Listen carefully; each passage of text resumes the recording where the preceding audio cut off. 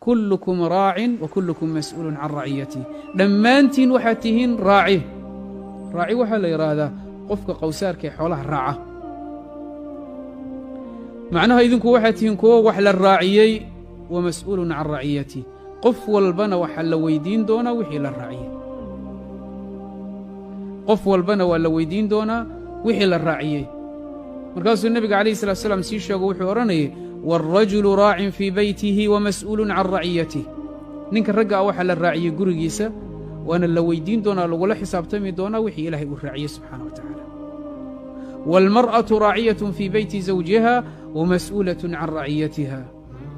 guriga ninkeeda la raaciyay ilaahayna waa weydiin doonaa subxaanahu wa tacaala maalinta qiyaamaha innaga adduunkeenu ku rafaadnay aakhirana su'aal baa inoo dheer adduunkiina rafaad nooma yara gabalku wuxuu kuu dhacaya adoon ogsoonayn waagu wuxuu baryaya adoon hurdo ka dhargin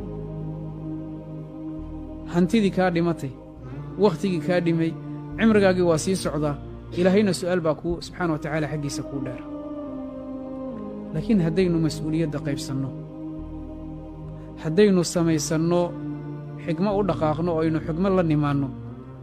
oo aad adiga iyo xaaskaagii isfahamtaan waa wasiirkaagii waa gacanyarahaagii waa garabkaagii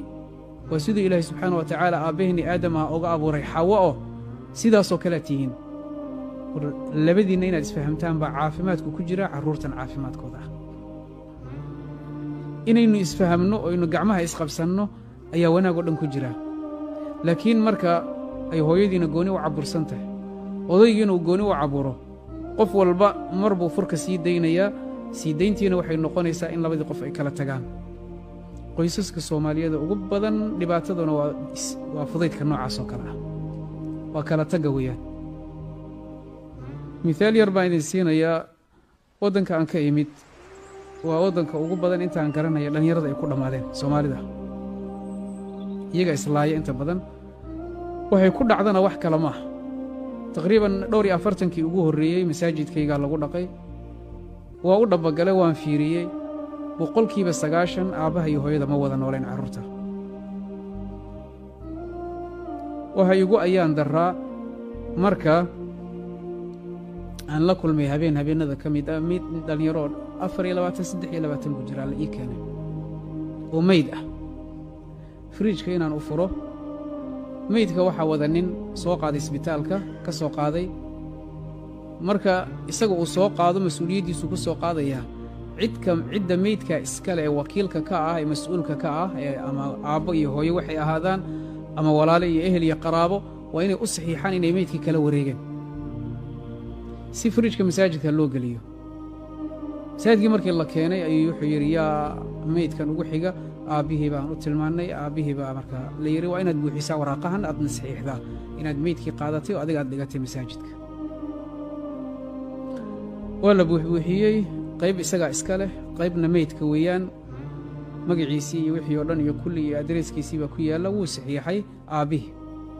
meydka magaciisii waa wiilkiisi isaga uu dhalay 24 sanuu jiraa 23 ilaa 24 wey markaa iyuu gelayaa wuu qoray wixii oo dhan adreeskii meydka ugu dambaysay saxiix baa qor baa lagu yidhi odayga waxaan arkay waxbaan qorayn maxaa kugu dhacay baan ku yidhi wuxuu igu yidhi ma garanayo maxaadan garanaynin ilmahaygana adreeskiisa ma garanayo waan garan kari waaye ma naxdin baa haysa oo wuu naxay miya odayga say wax ka noqotay maxaa dhacay seedan u garanaynin adreeskaaga soo kan maaha ku qor isagana wuxuu yidhi maya 10 sane u dambeeyey maanan wada noolayn ani isaga 10 sane u dambeeyey maanan wada noolayn naxdintii cunuga yar ee dhintay oo weliba ilaahay baa ogaa siduu u ekaa subxaana wa tacaala tinta ku baxday carruurtan suuqa galay ah ma ilmahan yar baan ka naxaa ee silaca u dhintay mise odaygan baan ka naxaa aan 10 sanaba war u haynin ilmihiisa maxaa keenay islaantii oo cabursan inay saaka siday u kacday weeyaan gabalkaa u dhacaya habeenbarkii way seexanaysaa waagaa u baryaya haddana meeshii bay ka bilaabaysaa carruurtii bay la ordaysaa iskuul bay geenaysaa way ka soo celinaysaa miskiin way rafaadsan isagii waa laga yaabaa inuu shaqeeyo ama waa laga yaabaa inuu meelaha fadhiisto fadhi ku dirir ah labadoodii oo xayraanaba hadhow iska hor imanaya way dagaalamayaan ma yaqaanaan war waxa inagu dhex dhimanaya carruurtan weeyaan ficlanna labadoodii way dirireen qof walba dana gooniyuu samaystay ninkiina reer kaluu yeeshay gabadhiina iyaduna dhaqaaqday carruurtii bay la dhaqaaqday dhowr iyo 10 sano wiilkiisaas geeridiisaasaa ugu horraysay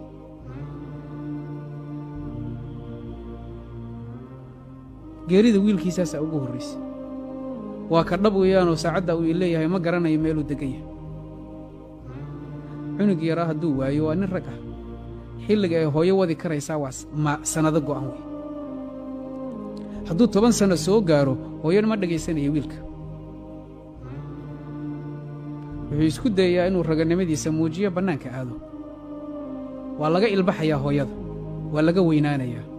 laakiin hooyooyinkeennu inay ogaadaan baa wanaagsanayd xilligaas way xilligu aabbaha u baahan yahay inuunan waxba u tarin odaygan oo fadhi ku dirirkiisa iska aado soo noqdo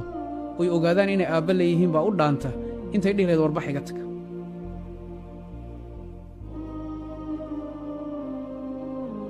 aabbihii inuu ku sabro carruurtiisa oo dul fadhiyo iyaga inan waxaad u noolayd xoolahaagii iyo hantidaadii iyo waxoo dhanba waa iyaga intaad ka dhaqaaqi lahayd maalin cad waxaa laguu qaataa inaad iyaga ku sabarto waxaa kuu bannaan marka muxuu yahay xaaladdaasoo kale waa xaalad xaraj ah xaaskaagii adigii baa isku dhacay carruurtaadii baa gacantaadii ka sii baxaysa maxaa samayn kartaa qofba meel bay kaga taallaa laakiin xalka ugu weyn ee uguna wanaagsan uguna muhiimsan haddii kuu hagaagsan iyo haddii kaleba lagaa doonayo waa inaad ilaahay barido subxaana wa tacaala nebiyullaahi ibraahiim isagoo carruurtiisu ay yaryar yihiin yuu baryada ilaahay bilaabay ilaahayow anigii carruurtayda naga fogee an nacbud alasnaam inaan asnaamtan caabudno oon gaal noqonno ilaahu naga fogee rabbi raxmaano ilaahu muwaxidiin naga yeel ilaahu anigii carruurtayda ilaahu anigii carruurtayda wuu ducaynaya carruurtaada weli intaad meel fadhiisatay si khaalisa ilaahay maugu bariday habeen marka intaad soo kacda ilaahay ma baridaa gacmaha kor maugu taagataa carruurtaada habeenkii intaad soo kacdo xaaskaaga ma u ducaysaa gabadhu intay soo kacda ilaahay ma u baridaa ninkeeda ficlan qoysaska soomaaliyeed hadday sameeyaanna waa yarta inta samaysa waa fara ku tiris inta samaysa aad bay u yar yihiin aad iyo aad bay u yar yihiin waxaa ogaataa adigu waxaadan xallin karaynin ilaahay baa xallin kara jalla wacalaa ilaahay baad addoon u tahay kan aad baryaysana waa addoon ilaahay weye subxaana wa tacaala ilaahayna waa muqallib alquluub quluubtan o dhan isagaa gadgadiyey jalla wacalaa qisaan idiin sheegayaa hooyo xagga nagula nool baa ilmaheedii suuqa galay si kastaa la yeelay waa soo fadhiisan kari waaye habeenoo dhan waa dhaxayaa iskuul ma jiro war kalena salaad iyo warkeedaba daa maalintii dambe hooyadii waxaanu ku nidhi ma doonaysaa cunugan xalkiisa inaad heshaa waa sahlanta haye adigu bal habeenkii intaad soo kacdo saqda dhexe wakhti dambe salaadda subax horteed gacmaha kor u taago ilaahay bari ilaahay u oy carraba kaasi muddo sidaa ku wad sidii bay yeeshay habeen barkii bay soo kacdaa uluث alleyl alakhiir ilaahay bay baridaa salaad bay tukataa sujuudda ugu ducaysaa ilaahay bay u baridaa way oysaa ilaahay bay u oysaa habeenkii dambe iyadaa ka sheekaynaysa habeenkii dambe 3dii habeennimo iyadoo la marayo iyo albaabkii uu igu soo gargaraaci tiray waa ayo waa hebel waa cunugeedii caado uma lahayna xilligaa inuu soo hoydo waa 3dii habeennimo hooyo hooyadii buu isku duubay oo ooyey oo ilmeeyey oo hooyo waa khaldanaa hooyo kanaan ahaa hooyo keer baan ahaa dharkaygaan daahirsanaya hadda waa qabaysanayaa waa tukanayaa inaan khaldanaa baan is ogaaday way rumaysan kari weyde war ma adigiiba ma boolis baa loo diray maya ma xoog baa loo sheegtay maya laakiin rabbi subxaana wa tacaala muqallib alquluub ah bay u bariday jalla wacala hooyada baryadeedana waa mustajaab waalidoo dhan dacwadiisu waa mustajaab hooyadu kuma sii jirto dacwadeedu waa mustajaaba ilahi waa ajiibaya jalla wacala ilaahay subxaanahu wa tacaala meel aan la ogayn iyo xilli aan la filanaynin isagoo ordayuu keenay qalbigiisa ilaahay soo hanuuniyey waxay noqotay inuu qirto inuu khaldanaa haddana uu ilaahay isu dhiibay subxaanahu wa tacaala salaad inuu diyaar u yahay cibaado ilaahay inuu diyaar u yahay hooyo iyo cafi haddaynu ubadkeenna ilaahay u baryano subxaana wa tacaala saasoo kale ilahay noogu islaaxinaya hadduu islaaxsan yahayna ilaahay waa kuugu sii wadaya subxaana wa tacaala macnaheedu maaha markuu waddadii ka khaldamo keliya in ilaahay loo baryo laakiin xilli walba inuu ilaahay subxaana wa tacaala u baahan yahay ogow ilaahay durriye saalax inuu kaaga yeelo maxaa yeeley idaa maata ibnu aadam inqataca camaluh ubadkan waxaynu u dhalnay waa inaynu ku intifaacno nolosheenna iyo geeradeennaba haddaynu nool nahayna xooggooda inaynu wax ka helno haddaynu dhimannana inay noo soo duceeyaan maxaa yeele nebigaa inoo sheegay calayhi salaatu wasalaam hadduu qofka bini aadamka dhinta camalkiisa waa xirmaa oo waa go'aa ilaa 3 qof mooyaane waxaa ka mid ahaa qofka ka tegey waladun saalixun yadcuu lah ilaahay ma u barida inay walad saalix kuu noqdaan marka ilaahay inuu muslixiin ka dhigo ilaahay inuu hanuuniyo subxaana wa tacaala kuwo dadka hanuuniya inuu ilaahay kaaga dhigo ilaahay ma ka bariday subxaana wa tacaala waa maya ta kale waxaa laga yaabaa labadii qof ee isqabay inay noqdaan middi middi ku taag way dhacdaa qoys badan baannu aragnay ma aha oo keliya hadduu qofku diinta ilaahay subxaana wa tacaala yaqaanno in gurigiis u dhaqan yahay hamoodin maxaa yeele ambiyada ilaahay mihaal u qaado weli ilaahay ma u bariday subxaana wa tacaala gabadhu ninkeedan ay kari la'dahay ama khayr iyo wanaag o dhan lagu kari la'yahay masaajidkii lagu kari la'yahay ilaahay ma u bariday subxaana wa tacaala mihaal baan idin siinayaa waxaa xagga igula nool reerku masaajidkay ku xihan yihiin carruurta iyo xaaskuba laakiin ninku wuxuu ahaa qolooyinkan iibiye qaadka kanada sidaad ogtihiin qaad lama geyn karo waa mamnuuc laakiin haddana soomaali baynu naho laaluush iyo balaaye iyo waxaynu ka daba meeraysannaa gaaladii baa la bare isagaaba soo dejiyaba galabtii 5 galabnimoa hurdada ka kacaa isagaa iiga sheekaynaya wuxuu yidhi markaasaa aan tagaa aeroboorka waan ka soo qaadaa wixii yaalla suuqaan u kala diraa galabtii 5tii galabnimo ilaa 10kii habeennimo waxaa laga yaabaa $90,000 inay gacantayda soo gasho buu yidhi intaa wixii ka dambeeya qaadkaygaan cunaa waaga markuu baryo haddana waan seexdaa 5 galabnimo aan soo kacaa noloshiisu wataa laakiin gabadhan uu qabaa gabar mu'minada leh carruurta iyo booskiisii iyo booskeediiba iyadaa qabata ilaahay bay baridaa subxaana wa tacaala ilaahay bay baridaa waxaa dhacday maalintii dambe inuu isagii naf ahaantiisii isagaa iiga sheekaynayay anoo fadhiyaan fakiray buu yidhi 90,000 oo hortayda taallay baan sidaa gacanta ku dhahay 90,000 4 saacadood baan ku helay gudaheeda ma xalaal baa mise waa xaraam xaaraam weeyaan xalaal iima ah maxaa iigu wacan ilaahay baan dhaar ugu maray subxaana wa tacaala inaan maalin dambe ku noqonin masaajidkuu soo galay soon bay ahayd wuu ii yimid wuxuu igu yidhi sheekh ilaahay baan u toobad keenay xaggeen ka bilaaba tagsiiluu ahaa tagsi buu lahaa isagu wuu ku shaqaysanayey ilaahay subxaana wa tacaala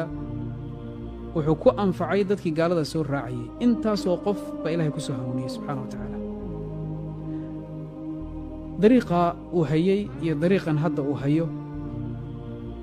ee ah in ilaahay subxaana wa tacaala sabab ooga dhigo boqolaal qof inuu isaga sabab ooga dhigo ay ku soo islaamaan waxaa ka dambeeyey gabadhaa xaaskiisa ee ilaahay u barinaysay subxaana wa tacaala dhanka kale waa la mid weeyaan iyana waannu aragnay rag badanoo sidaasoo kale ah ku sabrayo ku dulqaadanayay guriga intay yimaadaan rag aan garanayo guriga markay yimaadaan iyagaa raashinka karinaya iyagaa dhaqaya iyagaa wax walba samaynaya xaaska meeshaasi iska jiiftaa cunnadii uu kariyey bay cunaysaa war maxaa dhacay maya iska dhaaf u dhahay ilaahay subxaana wa tacaala uu ku soo hanuuniya markii dambe war ilaahay aynu barinno subxaana wa tacaala guryahan gubanaya ilaahay baa debdemis u ah subxaana wa tacaala haddaynu ilaahay barinno ilahay waa inoo bakhtiinaya allana subxaana wa tacaala qur'aankiisu inoogu sheegay waidaa sa'alaka cibaadii cannii fainii qariib ujiibu dacwaة الdaaci إida dacaanii falyastajiibuu lii waliyu'minuu bi lacalahum yarshuduun ujiibu dacwaة الdaaci إida dacaan ka i baryaya baryadiisa waan ajiibayaa إida dacaanii falyastajiibuu lii waliyu'minuu bi lacalahum yarshuduun laakiin innaga ilaahay ma barinaa subxaana wa tacaala may ubadkaaga ilaahay ma u baridaa habeen barkii soo kac gacmaha kor ugu taaga yaa rabbi yaa rabbi ilaahay u oy jalla wacalaa hal min saa'ilin fa ucطiyah qof wax i weyddiisanayo oon siiyo ma jiraa buu ilaahay leeyahay haa rabbiyo aniga gacmaha kuu taagtay rabbiyo saacadda habeen barkaan soo kacay ilaahu dan baan kaa leeyaha xaajo ilaahu carruurtayda ii islaaxi ilaahu hebel ii islaaxi ilaahu hebel sidan ii yeel ilahay waa kuu yeelaya jalla wacalaa wallahi waa ilahay waa kuu yeelaya nimaannu saaxiibban nahay oo xaafid ah iyo carruurtiisa qur'aanka u dhigayay markaasuu wuxuu igu yidhi wiilkaygan wiiluu dhalay weyaanoo anigu sami iiga dhigay buu iga sheekaynaya wuxuu yidhi carruurta marka aan u dhigo 2 sadar isaga haddaan siiyo xitaa 2daas sar kama baxayo maanta o dhan 1 sadar baan ooga dhigaa kama baxayuu igu yidhi markaasaan ku dhahay ilaahay u bariniyo waalid baa tahaye ilaahay ducadaada waa ajiibayaaye habeenkii markaad soo kacday ilaahay u bari fahmadii xaggee laga fura ilaahun baa furi kara jalla wacalaa daawo la siinayana male cid kaloo beddeli kartana male maalin danbuu iiga sheekaynaya wuxuu yidhi sheekhow hadalkaad igu lahayd ma xasuusataa haa dhowr habeen dhowr isbuuc baan ilaahay baryey ilaahu fahmada u fur wiilkaa ilaahu fahmada u fur hadda wuxuu iigu yidhi ma aragtaa haa haddaan safxad siiyo wuu baxayaa carruurta oon soo xifdaynin wuu ii imanayaa wuu ka baxay haddana wuu noqonayaa safxad kalaan siinayaa iyagoonan dhammaynin wuu imanayaa wuu dhammeeyey yaa u furay hal sadar baa lagu kari la'ah hal sadar baa lagu kari la'ah yaa u furay fahmadii ilaahay loo baryey weye subxaana wa tacaala waalid mar haddaad tahay ilahay ducadaada waa aqbalaya jalla wacalaa innaga dhexdeedana aan ilaahay isu barina reerihii gudahooda ninku ha u duceeye xaaskiisa xaaskuna ha u ducaysa ninkeeda ilaahay ha loo baryo labadiinnana ilaahay u barya awlaaddiinna qoys haddaynu doonayno wanaagsan isu caafimaad qaba wanaag iyo khayr ku wada nool ilaahay aynu isu barinno ilaahayna waa inooga dhabaynaya subxaana wa tacaala waidaa sa'alaka cibaadii cannii fainii qariib ujiibu dacwata addaaci ka ibarya baryadiisa waa ajiibayaa wa qaala rabbukum udcuunii astajib lakum ibarya waa idin ajiibayaa laakiin nolosha aynu ku noolnahay nolol ma ah beri dhow waxaad arki doontaan odayaal soomaaliyeed iyo islaam ah laakiin carruuro gaala ah badan dhalay ma jeceshahay firkaaga iyo faracaaga inay gaala noqdaan waddanka norway baa la iiga sheekaynaya nin baa waayo hore weeyaan wuu tegey wuxuu baranaya luqaddooda markaasuu wuxuu raadiyey kitaab qur'aan ah oo fartan finlandeeska ku qoran wuu waayey wuu baxay wuxuu damcay inuu isagu qoro maalinba wax buu qoraa luqaddii baa ka hor timaadda wuxuu la isticmaalaa librarigu tagaa luqaddii finishka ama finlandeeska dadka yaqaanuu weyddiiyaa gaaladii markaasaa lagu yidhi adig luqaddan aadna weyddiinaysa maxay tahay wuxuu yidhi kitaabka qur-aankaan raadiyey waan waayey oo luqaddiinna ku qoran marka inaan mid qoro ayaan hadda ku fakarayay sannadaha soo socda marka kaasaan isu diyaarinaya waa la qoray baa lagu yidhi librariga xagga hoosaa loo daadegay mid duug ah baa laga soo saaray waa la jajafay waa loo dhiibey aad buu ola yaabay wuxuu ku yidhi marka haddaba hadday sidan tahay kan inaan badiyaan doonaya marka waxaa lagu yidhi maya copyrightk-ka waxaa iska leh familkii ninkan oo miyay joogaan haa oo wa'ayo daatadii baa dib loo raacay waxaa la yidhi gabaruu awoowo u yahay baa hadda joogta magaaladaasay joogtaa adreeskaasay leedahay raadse iyada idan ka soo qaado hadday kuu idanto waa badin karaysaa markaa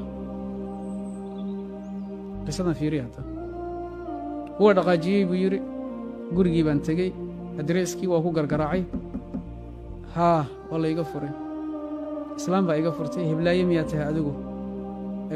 hebel ma garanaysaa baan ku idhi buu yidhi haa awowgey waya igu tiri okey adigu heblaaye miyaa tahay haa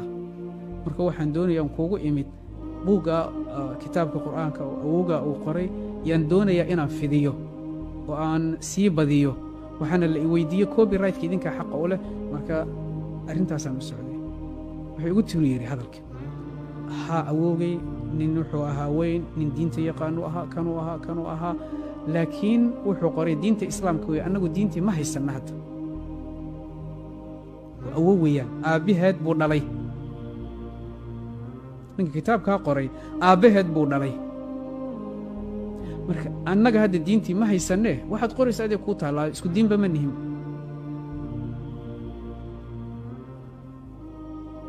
waa meeqaa ka soo wareegay